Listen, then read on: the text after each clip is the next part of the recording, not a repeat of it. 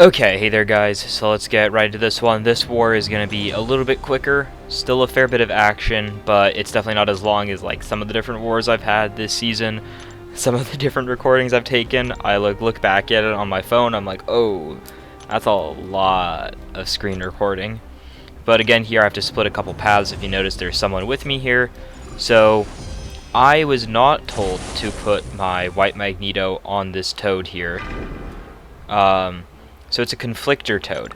After in the previous war having done the stunning reflection toad, I was not very worried about this toad because I can put on the power boost 1 and I can just kind of go crazy against him.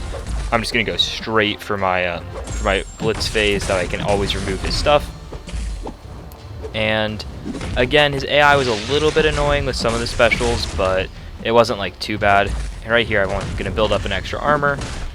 I kind of just want him to throw the special before I go for my SP2, even though the power drains actually put in so much work that I feel comfortable throwing it, because if you notice, the power drain took off so much power while I was baiting it, and even during the SP2, so he doesn't even get up to his SP2, which is really, really nice.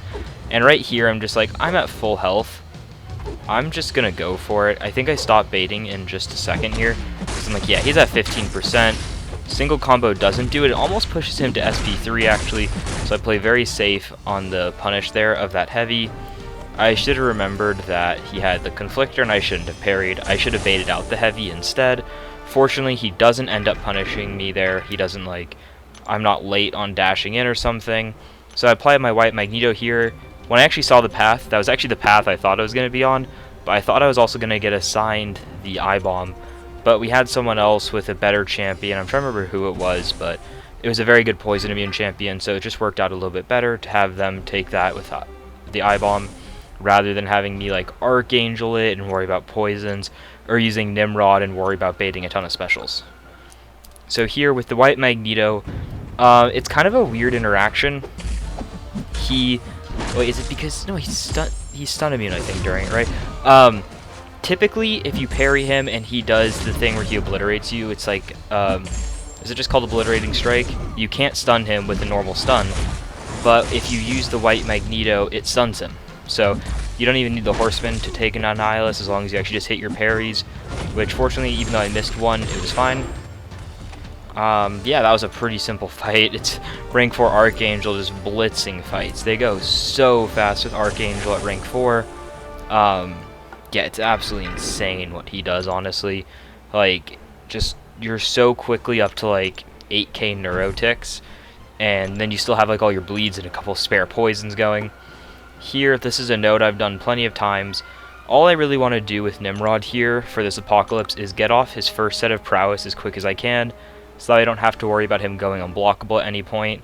Because really, as long as I use my, my blitz phase really early on, I shouldn't have to worry about that. I probably could have put on a power start 1, but as I've said, I've been kind of running low on them the entire season, so I really want to have them when I'm really going to need it for certain fights, so I have that going for me. So right here, and I went back into armor phase right as I took off his prowess, so that way I could put the cowardice on him if he threw it, but he doesn't end up throwing it, so I think, yeah, so then I just put, I don't go for the full combo even though I could. I don't go for the dex, which technically if I dex that, I get the prowess, I think, right? If I dex all of the hits, I think I get prowess or something. Kind of forget how that node works.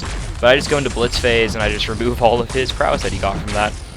It's a pretty chunky apocalypse, so it's a little bit slower of a fight. It's going to be over a full minute.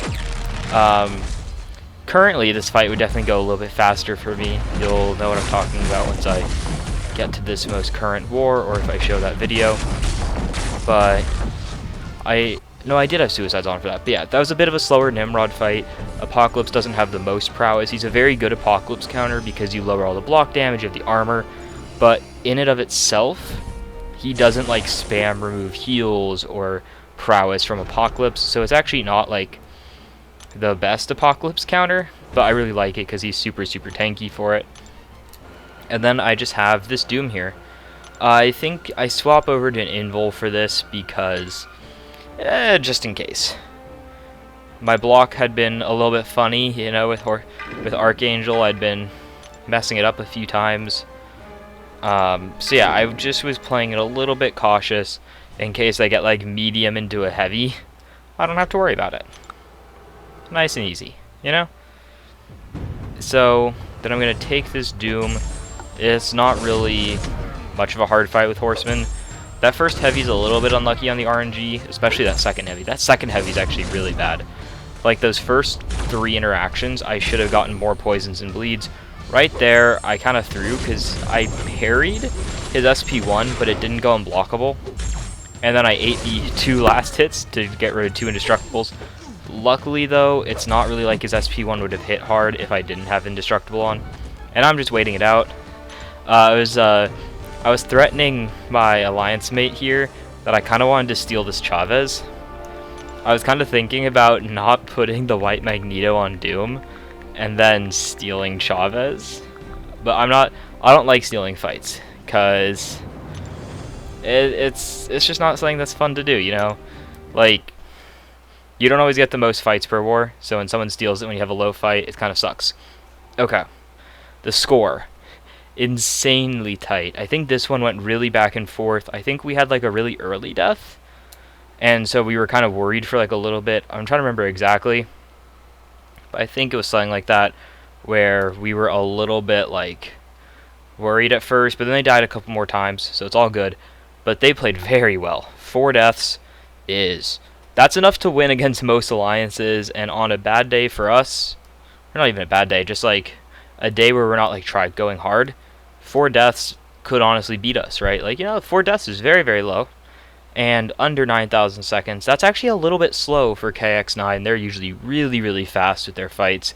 There was one war where we saw them send like 15 Cosmic Ghost Riders or something. It was really funny. But, so yeah, great job to X-K9. That's a very, very good performance. Only 4 deaths is a very unlucky loss. I hope you guys enjoyed this video. I'll be seeing you guys soon. Bye.